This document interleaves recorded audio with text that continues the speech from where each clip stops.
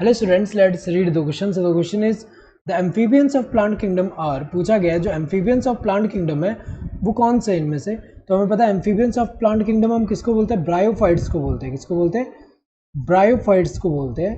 तो ये जो ब्रायोफाइट्स है इसको एम्फीबियंस ऑफ प्लांट किंगडम क्यों बोला जाता है? क्योंकि जैसे एम्फीबियंस होते हैं, एम्फीबियंस जो होते हैं, एम्फीबियंस हमें पता है कि लैंड पे क्या करते हैं? लिव. ये जो है लैंड पे रहते हैं और इनको वाटर जो है रिक्वायर्ड होता है for fertilization. Water required for fertilization. ऐसे अगर हम देखें जो ब्रायोफाइट्स है ये भी क्या है? लैंड पे रह रहे हैं, इनको वाटर रिक्वायर्ड है फॉर फर्टिलाइजेशन. तो अगर देखा जाए इसीलिए हम इनको एम्फीबियंस ऑफ प्लांट किंगडम बोलते हैं. तो यहाँ पहला क्या दिया है? Multi cellular non motile algae. ये तो एक तरह से इनकरेक्ट है क्योंकि हमें पता है कि जो एल्गे है, एल्गे जो है उसको तो हम नहीं बोल रहे amphibians of plant kingdom.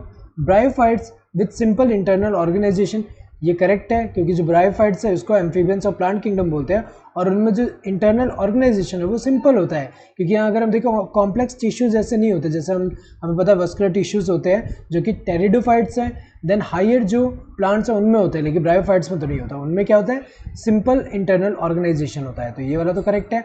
Next, unicellular motile algae, ये भी इनकरेक्ट है क्योंकि हमें पता है ये एल्गे है और एल्गे हमें पता है कि एम्फीबियंस ऑफ प्लांट किंगडम तो नहीं बोलते उनको हम.